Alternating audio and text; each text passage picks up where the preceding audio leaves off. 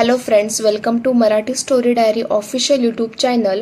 मागच्या भागात आपण पुनर्विवाह भाग 15 बघितलेला. आज आपण भाग 16 बघणार आहोत. तुम्हाला हा व्हिडिओ आवडल्यास व्हिडिओला नक्की लाईक करा, शेअर करा आणि ह्याच्या पुढचा भाग लवकरच तुमच्या भेटीला येईल. तो लवकरात लवकर पाहण्यासाठी चॅनलला नक्की सबस्क्राईब करून ठेवा. चला तर मग सुरुवात करूया. मागच्या भागात आपण बघितलं की सगळे तल्लीन होऊन त्या गझलचा आस्वाद घेत असतात, कारण ही सुद्धा गझल प्रकाश खूप मनातून म्हणत होता. पण गणेशला त्याचं दुःख कळत होतं. इकडे स्नेहल ती गझल ऐकून अस्वस्थ होते. त्या गझलचा एक एक शब्द तिच्या जिव्हारी लागत होता.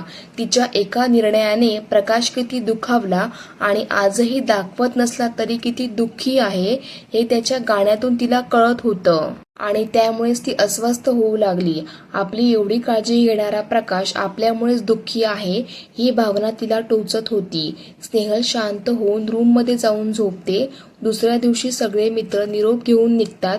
प्राजक्ताताई डोळ्यात पाणी आणून येत जा रे अधूनमधून, बरं वाटतं. त्यावर रमेश मावशी, आम्ही तर आलो, आता तुम्ही पण या पुणेला, तिकडे फिरण्यासारखं खूप जागा आहेत. ए प्रकाश, ये सगळ्यांना घेऊन. त्यावर प्रकाश हसत, नक्कीच, हे काय सांगणं झालं, पण यावेळी तुम्ही सगळे एकटेच आला, पुढच्या वेळी फॅमिली. त्यावर सगळे हसत, हो हो. त्यावर अभि, माझ्याकडे येशील रे, मला विसरू नको. त्यावर प्रकाश, असा कसा विसरेन. सगळे मित्र स्नेहलला नमस्कार करीत, वहिनी या हा घरी, सगळ्यांची ओळख होईल तुमची. त्यावर स्नेहल स्माईल करीत फक्त मान हलवते. सगळे निघून जातात. गणेश पण निघायची तयारीत असतो की तो प्रकाशला, प्रकाश एक विचारू. त्यावर प्रकाश, बोल ना. त्यावर गणेश, माझ्या लहान काकाची मुलगी आहे पूजा, तिने इकडे कॉम्पिटिटिव्ह एक्झामचे क्लासेस लावले आहेत 1 महिन्याचे. तुझ्या घराजवळून जास्त जवळ पडतो तो क्लास, तर मी विचारत होतो तिला 1 महिना तुझ्याकडे ठेवशील का. माझ्याच घरी ठेवलं असतं, पण तिला येण्या जाण्यासाठी खूप प्रॉब्लेम होईल. तुझ्या घरापासून इतक्या जवळ आहे की ती पायी सुद्धा जाऊ शकते आणि तू सुद्धा ह्या एक्झाम दिल्या आहेत तर तुझीही मदत होईलच. त्यावर गणेश काही बोलणार त्या अगोदरच स्नेहल, भाऊजी त्यात विचारायची काय गरज आहे, हेही तुमचंच घर आहे. त्यावर प्रकाश, मी सुद्धा हेच म्हणणार होतो. त्यावर गणेश, थँक्स स्नेहल. त्यावर प्रीती आश्चर्याने बघत, पूजा कॉम्पिटिटिव्ह एक्झामची तयारी करीत आहे, कधी सांगितलं नाही तिने. त्यावर गणेश थोडं अडखळत, अगं मीच म्हटलं तिला छोट्या मोठ्या नोकऱ्या शोधण्यापेक्षा कॉम्पिटिटिव्ह एक्झामची तयारी कर म्हणून.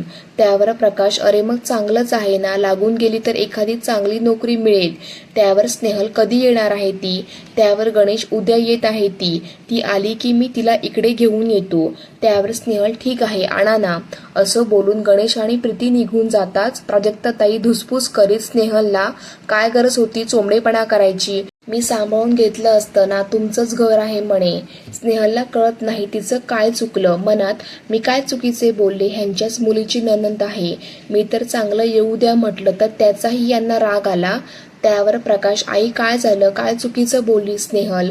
अगं 1 महिन्याची गोष्ट आहे आणि क्लास इथून जवळ आहे म्हणून बोलला गणेश, नाहीतर तो आपल्या बहिणीला आपलं घर सोडून कशाला दुसऱ्याच्या घरी ठेवेल.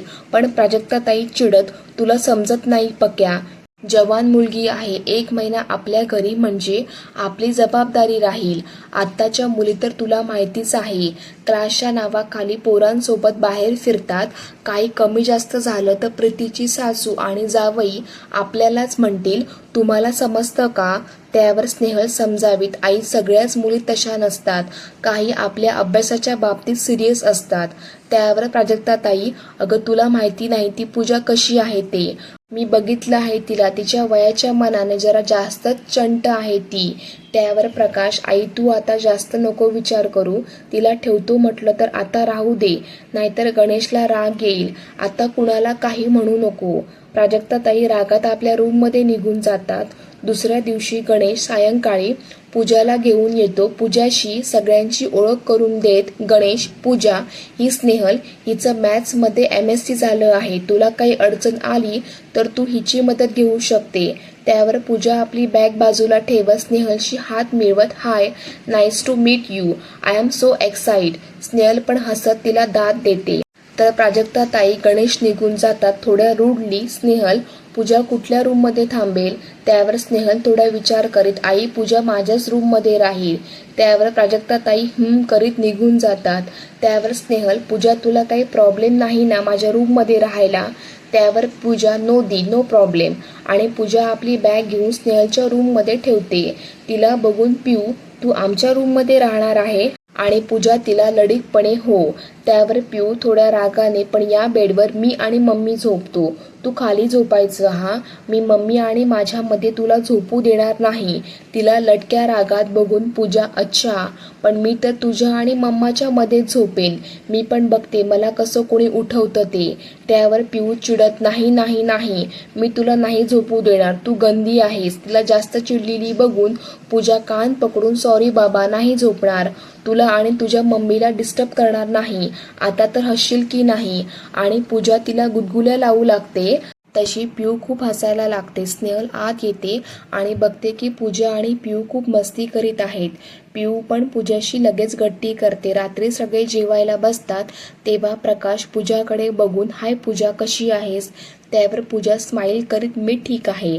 बाय दी वे प्रकाशजी, तुम्ही ऑफिसला किती वाजता निघता? त्यावर प्रकाश, मी सकाळी 10 वाजता.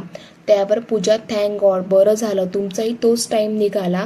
ॲक्च्युली माझा क्लासचा वेळ पण तोच आहे, तर मी तुमच्यासोबतच येईन उद्या. त्यावर प्राजक्ताताई थोड्या शंकेने, अगं पण क्लास तर जवळच आहे ना तुझा?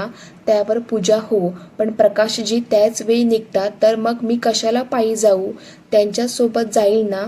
त्यावर प्रकाश, काही हरकत नाही. दुसऱ्या दिवशी सकाळी स्नेहल लवकर उठून सगळं करीत होती.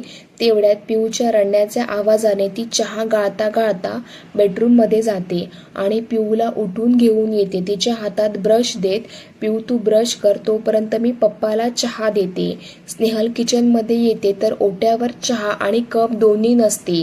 ती कन्फ्यूज होत इकडे तिकडे बघते आणि बाहेर येते तर तिला पूजा आणि प्रकाश चहा घेत गप्पा मारताना दिसतात. स्नेहल चुपचाप किचनमध्ये येते आणि प्राजक्ताताई आत येत, स्नेहल चहा नाही दिला तू मला. त्यावर स्नेहल, आई थोडं थांबा, मी लगेच गाळून देते. आणि प्राजक्ताताई, अगं कधीची वाट बघत आहे, प्रकाशला दिला तेव्हाच देऊन द्यायचा ना, तुला तर माहिती आहे मला तोंड धुताच आधी चहा लागतो ते. त्यावर स्नेहल चहाचा कप त्यांच्या हातात देत, आई असं कधी होईल का, मी ह्यांना देईल आणि तुम्हाला नाही देणार? प्रकाशजींना बहुतेक पूजाने चहा दिला. त्यावर प्राजक्ताताई, कमाल आहे या मुलीची, द्यायचा तर सगळ्यांना द्यायचा ना चहा. त्यावर स्नेहल, जाऊ द्या ना आई, लहान आहे ती. त्यावर प्राजक्ताताई नाक मुरडत निघून जातात. पण ही गोष्ट स्नेहललाही खटकते. नाश्ता करून प्रकाश त्याचा डबा घेत निघतो तशी त्याच्याच मागे पूजा आपली बॅग घेऊन येते. स्नेहल नेहमीप्रमाणे त्याला बाय करायला बाहेर येते. प्रकाश गाडी स्टार्ट करतो तशी पूजा त्याच्या बाईकवर 2 साईडला पाय टाकून बसते आणि दोन्ही हात त्याच्या खांद्यावर ठेवते. स्नेहलला आताही थोडं विचित्र वाटतं ते बघायला, पण आपण जास्तच विचार करतो म्हणून ती ह्या गोष्टीला इग्नोर करते. पूजा दुपारीच क्लासमधून येते. तिला बघून स्नेहल स्माईल करीत, पूजा क्लास कसा आहे, कसे शिकवतात, समजतं का? त्यावर पूजा, स्नेहल दी, आजच तर पहिला दिवस होता, आज जेमतेम इंट्रो झाला, उद्यापासून शिकवेन. त्यावर स्नेहल, ओके, तू जेवण करून घे. रात्री जेवण झाल्यावर स्नेहल किचनमध्ये सगळं आवरत रूममध्ये येते. आधीच आवरताना खूप उशीर झाला होता. ती रूममध्ये येते तर बघते पूजा प्रकाशच्या रूममध्ये बसून आहे आणि प्रकाश तिला कॉपीवर प्रॉब्लेम समजून सांगत आहे.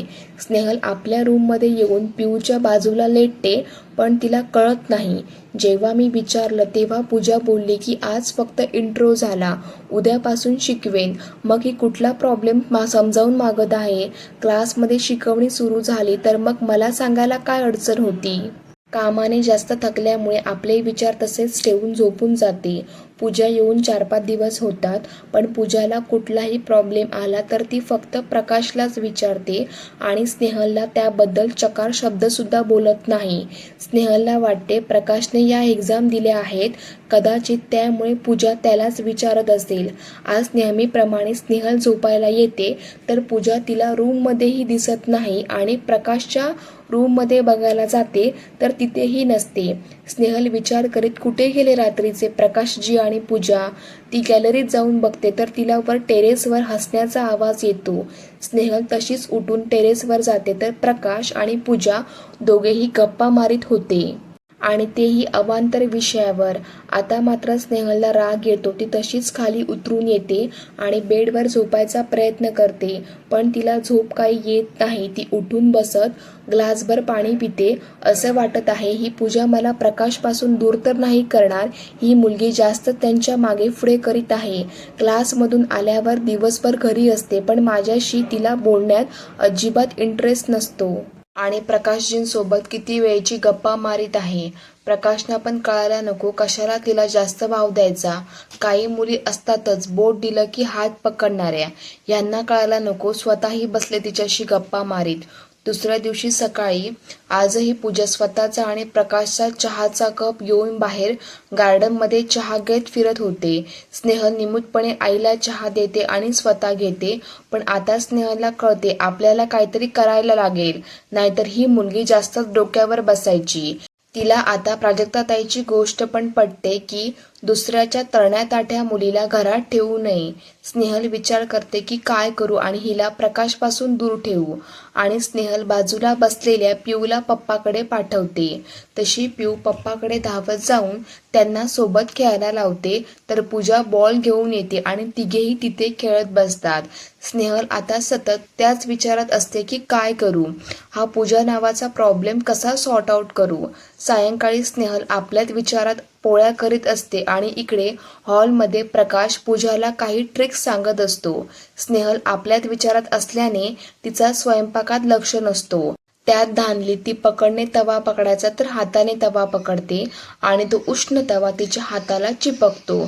तशीच स्नेहल जोरात किंचाळते. तिचा आवाज ऐकून प्रकाश तसा धावत आत जातो. त्याच्या मागे पूजा आणि प्राजक्ताताई पण आत जाते. प्रकाश बघतो स्नेहलचा हात चांगला लाल झाला होता. जळल्यामुळे ती तळ हाताला हातही लावू देत नव्हती. त्यावर प्रकाश काळजीने, स्नेहल असं कसं झालं, तू तव्याला हात कशाला लावला, किती जळला आहे तुझा हात, तू चल माझ्यासोबत, माझ्या रूममध्ये क्रीम आहे ते लावून घेऊन त्याने लगेच आराम पडेल. त्यावर प्राजक्ताताई, हो रे बाबा लाव काहीतरी लवकर, नाहीतर त्यात पाणी धरेल आणि मग त्या हाताने ती काहीच करू शकणार नाही. इकडे पिऊ रडत असते, मम्मा तुला दुखतं का, तुला खूप लागलं का. त्यावर स्नेहल समजावत, नाही बाळा, बस थोडंसंच लागलं आहे, लवकर ठीक होईल. आणि स्नेहल प्रकाशकडे बघून, प्रकाशजी पट्टी करून द्या ना, अर्ध्या पोळ्या व्हायच्याच आहे. त्यावर प्रकाश, आता कुठे जमेल, तुला त्रास होईल, त्यापेक्षा मी बघतो. त्यावर पूजा, प्रकाशजी मी करते ना पोळ्या, तुम्ही टेन्शन नको घेऊ. स्नेहलला पुन्हा तिचा राग येतो, मनात सरफडत, तुझं तर टेन्शन आहे, तुझ्यामुळेच झालं. स्नेहल पूजाच्या वागण्याने दिवसेंदिवस जास्तच अस्वस्थ होते. तिचे प्रकाशसोबत जास्त फ्रँक होणे, त्याच्यासोबत जास्त वेळ घालवणे, आता तर तिला असं वाटू लागतं की प्रकाशजींना सुद्धा तिच्याशी बोलणं आवडत असेल का, त्यांना सुद्धा ती आवडत असेल का, आवडली तर आपलं काय होईल. आमचं नातं तर फक्त दिव्यासारखंच आहे, पती पत्नी असूनही आमच्यात तसं काही नाही. बरोबर आहे, प्रकाशजी आतून खूप एकटे आहेत, खूप दुःखी आहे, त्यांनाही कुणी सोबत पाहिजे ना, मग माझं काय होणार, चूक तर माझीच आहे. मी त्यांची पत्नी बनायला पाहिजे, तर मी माझ्याच दुःखातून बाहेर पडायचा प्रयत्न सुद्धा करीत नाही. प्रकाशजी माझ्यासाठी किती नि काय काय करतात आणि मी काय दिलं त्यांना आतापर्यंत. नाही स्नेहल, तुला थोडं धाडस करून त्यांच्या जवळ जायचा प्रयत्न करायला पाहिजे, पण तोपर्यंत ही पूजा त्यांच्या मनात आपली जागा तर नाही बनवणार ना. काय करू, प्रीतीताईला सांगू का, नको नको, त्यांची नणंद आहे, काय म्हणतील त्या, त्यापेक्षा आईला सांगू, हो आई समजून घेतील मला. स्नेहल घरी कुणी नाही बघून प्राजक्ताताईंजवळ जाते. त्यावर प्राजक्ताताई, काय ग स्नेहल, हात कसा आहे, आराम आहे ना. त्यावर स्नेहल, हो आई, जास्त काही नव्हतं लागलं. त्यावर प्राजक्ताताई, जपून काम करीत जाग. स्नेहलची इच्छा होते पूजाचा विषय काढायची, पण का कुणाक ठाऊ तिची हिंमतच होत नाही. जुजबी बोलून ती तिथून निघून जाते, पण प्राजक्ताताईंना तिची होणारी घुसमट समजते. त्या लगेच प्रीतीला फोन लावतात. त्यावर प्रीती, बोल ग, काय म्हणते आई, तब्येत कशी आहे तुझी. त्यावर प्राजक्ताताई, माझ्या तब्येतीला काय होतं, चांगली ठणठणीत आहे. आणि प्रीती प्राजक्ताताईला, पूजा रोज क्लासला जाते ना. त्यावर प्राजक्ताताई, तिच्यासाठीच तर फोन केला. त्यावर प्रीती विचारात पडत, का, काय झालं ग. त्यावर प्राजक्ताताई, हे बघ प्रीती, तरण्या-ताठ्या मुलीला असं दुसऱ्यांच्या घरी ठेवू नये. आत्याच्या मुली हाफ पॅन्ट घालून काय फिरणं, फिदाफिदी हसणं काय मला नाही आवडत. आणि तुझी ती नणंद जरा जास्तच चंट आहे. सदा न सदा पक्क्याच्या मागे मागे करीत असते. तो तर मेला बाळवटच आहे. तोही तिच्यासोबत ही करीत असतो. हे बघ प्रीती, तुला राग आला तरी चालेल, पण आपल्या नंदेला इथून घेऊन जा. उगाच पक्या आणि स्नेहलमध्ये वाद नको. इकडे प्रीती काळजीने, आई वैदी काही बोलली का? त्यावर प्राजक्ताताई, अगं बोलली नाही, पण तिचा चेहराच सांगतो. तिला नाही आवडत आहे हे पूजाचं असं वागणं. आता ती तुझी नणंद आहे म्हणून काही बोलत नाही आहे, पण जास्त झालं तर उद्या पक्या आणि स्नेहलचं भांडण व्हायचं हिच्यामुळे. ही काय क्लास संपला की निघून जाईल. तू काहीही कर आणि तिला आपल्या घरी बोलवून घे. मला ती इथे नको. माझ्या पक्याच्या आयुष्यात मला आता शांतता पाहिजे. त्यावर प्रीती, आई तू चिंता करू नको, मी बघते काय करायचंय ते. प्रीती सकाळी सकाळी बॅग घेऊन, गणेश तू ऑफिसला जाताना मला आईकडे सोडून देशील का? त्यावर गणेश, ठीक आहे, पण तू चालली किती दिवसांसाठी? नाही म्हटलं, बॅग वगैरे भरली आहे ना. त्यावर प्रीती, 2 दिवस राहील रे, तशीही श्रियांला सुट्ट्या लागल्या ना. त्यावर गणेश, आणि 2 दिवस मी काय करू? त्यावर प्रीती, तू तुझ्या आईसोबत बसून माझ्या चांगल्या चुगल्या कर. त्यावर गणेश, काय? त्यावर प्रीती, काही नाही, चल लवकर, मग तुला ऑफिसला जायचंही आहे ना. गणेश प्रीतीला सोडून बाहेरूनच निघून जातो, कारण त्याला ऑफिसला वेळ होत असतो. प्रीती आत येते तर सगळे आपापल्या कामात असतात. प्राजक्ताताई रूममध्ये असते तर स्नेहल किचनमध्ये पिऊ सोबत खेळत असते. ती श्रीहानला बघून धावत येते आणि ती त्याला खेळायला घेऊन जाते. त्यावर प्रीती आत येत असते की तिला प्रकाशचा आवाज येतो, आई आई, अगं टॉवेल दे ना गं. विसरलो न्यायला, पण आईला आवाज जात नाही. तशी प्रीती त्याला टॉवेल द्यायला जाते, पण ती बघते पूजा त्याच्यासाठी टॉवेल घेऊन बाथरूमचा दरवाजा नॉक करीत आहे. प्रकाश दरवाजा उघडून फक्त हात बाहेर काढतो आणि टॉवेल घेतो. हे बघून प्रीतीच्या तळपायाची आग मस्तकात जाते आणि नेमकी त्यावेळी स्नेहल पण तिथे येते. ती पण हे सगळं बघते. राग तर तिलाही येतो, पण समोर प्रीतीला बघून आपला राग गिळत, ताई तुम्ही कधी आल्या? त्याच वेळी पूजाचेही लक्ष जाते. वहिनी तू कधी आली? त्यावर प्रीती थोडी चिडक्या स्वरात, जेव्हा तू टॉवेल देत होती ना तेव्हाच आले मी. स्नेहल आत निघून जाते. प्रीती पूजाला बघून, काय ग, घरात दुसरं कोणी नव्हतं का टॉवेल द्यायला? त्यावर पूजा, अगं वहिनी, आई रूममध्ये होत्या आणि स्नेहल दी स्वयंपाक करीत होती म्हणून मी दिला. त्यावर प्रीती त्यावर काही न बोलता सरळ किचनमध्ये जाते. स्नेहल त्यांना पाणी देत, भाऊजी नाही आले. प्रीती स्नेहलचा चेहरा वाचायचा प्रयत्न करीत, अगं ऑफिसला लेट झालं असतं म्हणून ते बाहेरूनच गेले. त्यावर स्नेहल, रात्री येणार का भाऊजी इकडे? त्यावर प्रीती हसत, काय ग तू पण, थोडं माहेरी आरामासाठी यावं म्हटलं तर तिथेही त्यांना सोबतच घेऊन फिरू का? स्नेहल पण मस्करी करीत, तुमच्याशिवाय त्यांना करमेल का तिथे? त्यावर प्रीती, का नाही, त्यांची आई छान तिखट मीठ लावून माझी गाऱ्हाणे सांगतील ना त्यांना. Full to entertainment. तशा दोघेही हसायला लागतात. पूजा मात्र प्रीतीच्या येण्याने थोडी सावध होते. प्रकाश बाहेर येताच प्रीतीला बघून खुश होतो. प्राजक्ताताईंना पण प्रीतीच्या येण्याने हायसे वाटते. प्रकाश थोडा वेळ श्रियांसोबत खेळून तोही ऑफिसला निघतो, तर आज पूजा त्यांच्या बाईकवर थोडे अंतर ठेवूनच बसते. हे बघून स्नेहलला पुन्हा एकदा आश्चर्य वाटते. रात्री जेवण झाल्यावर प्रकाश पिऊ आणि श्रियान यांच्यासोबत खेळत असतो. स्नेहल सुद्धा त्यांच्यात सामील होते. पूजा मात्र आज रूममध्ये बसून क्लासमध्ये जे झालं त्याची रिव्हिजन करीत असते आणि सगळ्यांची नजर चुकवीत प्रीती टेरेसवर जाते आणि गणेशला कॉल करते. गणेश कॉल उचलत मस्करी करीत, हॅलो बायको, इतक्या लवकर नवऱ्याची आठवण आली? त्यावर प्रीती रागाने, गणेश चुप बस, काय विचारू नको तू. पूजाला इथे ठेवलं, तुला माहिती नाही का ती कशी आहे ते? तुला माहिती आहे तिने इथे काय गोंधळ केला ते? त्यावर गणेश समजवत, मला माहिती आहे म्हणून तर तिला तिथे ठेवलंय. त्यावर प्रीती खूप जास्त चिडत, काय, तुला सगळं माहिती असूनही तिला इथे ठेवलं? काय वेळ लागलं आहे? या अशाने वहिनी आणि दादांमध्ये भांडण होऊ शकतं, हेही नाही कळत तुला? अरे इतक्या वर्षाने दादा लग्नाला तयार झाला, आत्ता कुठे त्यांचं लाईफ सुरळीत व्हायला लागलं तर तू त्यात मिठाचा खडा टाकत आहे. तुला कळत आहे का तू काय केलं ते? त्यावर गणेश, प्रीती तू आधी शांत हो आणि माझं म्हणणं ऐकून घे. बऱ्याच गोष्टी आहेत ज्या तुला माहिती नाही. मी जे केलं ते त्याच्या भल्यासाठीच केलं. त्यावर प्रीती रागाने, तुझं तुला कळतं तरी का, तू काय बोलत आहेस ते? अरे स्नेहल वहिनीच्या जागी दुसरी कोणी असती तर भांडून आतापर्यंत दादाला सोडून माहेरी निघून गेली असती आणि तू म्हणतो त्यांच्या भल्यासाठीच केलं. त्यावर गणेश डोकं पिटत, अगं माझे आई, तुझी सुसाट चालणारी बुलेट ट्रेन थांबवशील तर मी काही सांगू शकेन. त्यावर प्रीती चिडत, काय सांगणार आहे तू? दादा आणि बहिणीच्या भल्यासाठीच केलं, यामुळेच त्यांचं नातं घट्ट होईल, त्यांच्यात प्रेम वाढेल, हेच सांगणार आहे. त्यावर गणेश चिडून जोरात, हो हेच सांगणार होतो. आता जरा शांत बसशील आणि मी काय सांगतो ते ऐकशील? गणेशला चिडलेलं बघून प्रीती जरा शांत होते, पण तरीही रागात बोल. गणेश आधी स्वतःला शांत करतो. हे बघ प्रीती, बऱ्याच गोष्टी आहेत ज्या तुला माहिती नाही. तू शांततेत मी काय म्हणतो ते ऐक आणि मगच ठरव मी केलं ते चूक आहे की बरोबर. त्यावर प्रीती विचार करते, गणेश बोलत आहे तर नक्की काहीतरी सिरियस असेल, नाहीतर गणेश कधीच असं वागणार नाही. माझा दादा जरी असला तरी गणेशचा तो खास मित्र आहे. ती शांत होत, काय झालं गणेश? अशा कोणत्या गोष्टी आहेत ज्या मला माहिती नाही? त्यावर गणेश तिला शांतपणे समजावतो की स्नेहल आणि प्रकाशमध्ये जो दुरावा होता त्यासाठी त्यांनी कसा डॉक्टरचा आधार घेतला आणि त्यात प्रकाशला कसा स्नेहलचा फोबिया कळाला. त्यानंतर ॲक्च्युअल कारण कळण्यासाठी ते स्नेहलच्या वकिलाला भेटले आणि तेव्हा कळलं की स्नेहलचा पहिला नवरा कसा विकृत होता ते, आणि त्यामुळे स्नेहल एका अनामिक भीतीत जगते. प्रकाशसोबत लग्न करू नये ती ते आठवणी विसरू शकली नाही आणि त्यामुळे स्नेहल आणि प्रकाशमध्ये आजही दुरावा आहे आणि तो दुरावा दूर करण्यासाठी त्याने पूजाला तिथे ठेवलं.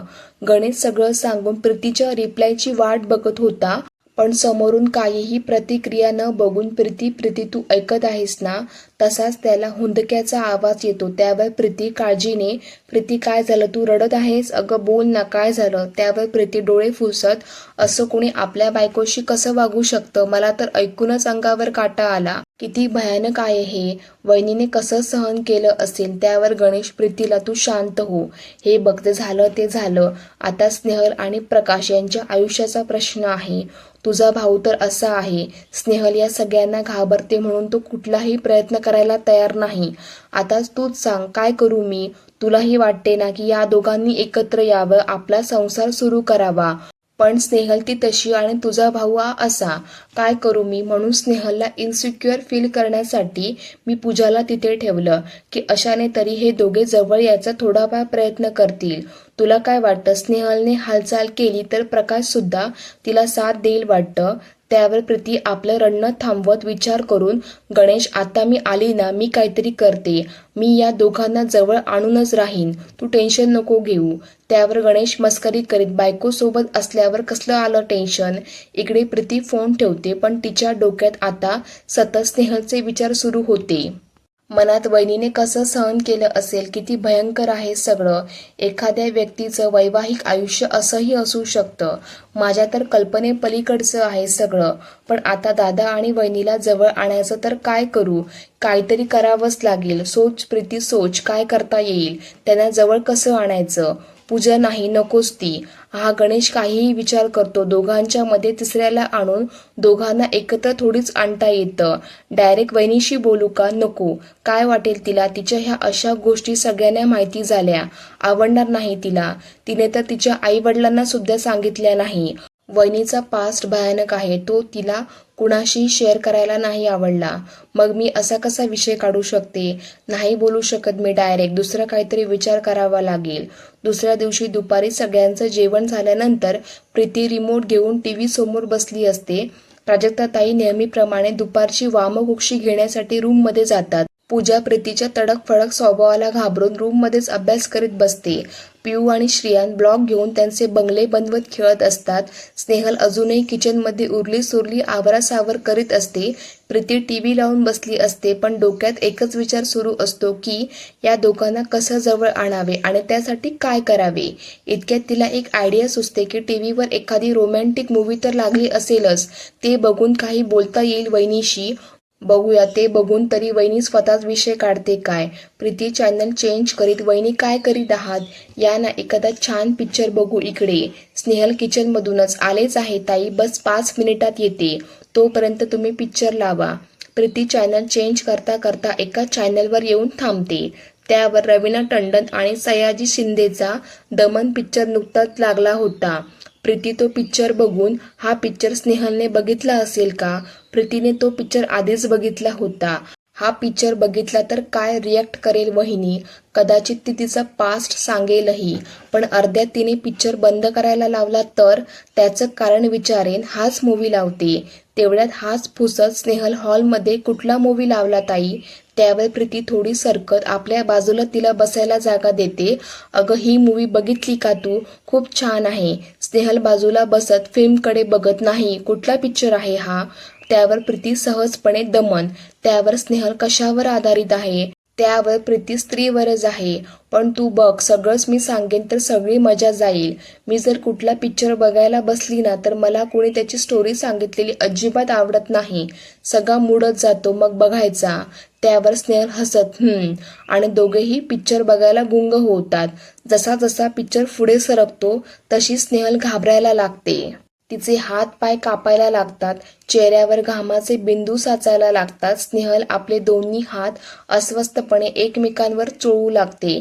तिचा श्वास वर चढायला लागतो. अचानक फिल्म बघण्यात गुंग झालेली प्रीती कसल्याशा आवाजाने आजूबाजूला बघते तर स्नेहलचा श्वास वर चढलेला असतो. ती लगेच घाबरलेल्या स्नेहलकडे बघून वहिनी वहिनी काय होत आहे तुम्हाला? मी पाणी आणते तुमच्यासाठी. प्रीती घाबरून लगेच तिला पाणी आणून पाजते. वहिनी कसं वाटत आहे तुम्हाला? काय झालं? घाबरलेल्या प्रीतीला बघून स्नेहल स्वतःला नॉर्मल करायचा प्रयत्न करते. थोडी शांत होत.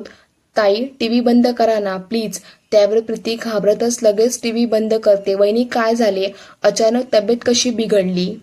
त्यावर स्नेहल सोफ्यावर मागे डोके टेकवत डोळे मिटून स्वतःला शांत करायचा प्रयत्न करते. तिला तसं बघून प्रीती थोडा वेळ चूप बसते आणि फक्त आपला हात स्नेहलच्या डोक्यावर फिरवत असते. पण स्नेहलची अवस्था बघून ती खूप घाबरली असते. काही वेळाने स्नेहल शांत होते आणि डोळे उघडून प्रीतीकडे बघते. स्नेहलला नॉर्मल बघून प्रीतीच्या जीवात जीव येतो. बाप रे, किती घाबरले होते मी वहिनी. काय झालं तुला? पिक्चर बघून घाबरली का? त्यावर स्नेहल खाली मान घालते. त्यावर प्रीती अगं वहिनी तो फक्त एक पिक्चर आहे. प्रत्यक्षात असं थोडी असतं. उगाच घाबरली. असा कुठला नवरा नसतो जो आपल्याच बायकोवर क्रूर अत्याचार करेल. तो फक्त एक काल्पनिक कथेवर बनवलेला पिक्चर आहे. त्यावर स्नेहल न राहून रडायला लागते आणि रडत रडत तुम्हाला नाही माहिती ताई, असेही नवरे असतात. हे असं खरोखर घडतं. ज्या स्त्रिया भोगतात ते त्यांनाच माहिती असतं. या अशा गोष्टी बाहेर पडत नाही म्हणून कुणाला माहिती होत नाही. कसं सांगणार कोणी? नवऱ्याला तर सगळी मोकळीक असते. बायको म्हणजे त्यांची पर्सनल प्रॉपर्टी असते. चला फ्रेंड्स, आजच्या पुरतं एवढंच. ह्याच्या आधीचे भाग जर तुम्ही बघितला नसाल तर त्याची लिंक मी डिस्क्रिप्शन बॉक्समध्ये टाकत आहे. त्याच्यावर क्लिक करून ते तुम्ही नक्की बघून घ्या. आणि हो, भाग कसा वाटला ते कमेंट करून नक्की सांगा. आणि चॅनलला नक्की सबस्क्राईब करून जावा जेणेकरून पुढच्या व्हिडिओसाठी मला प्रोत्साहन मिळेल.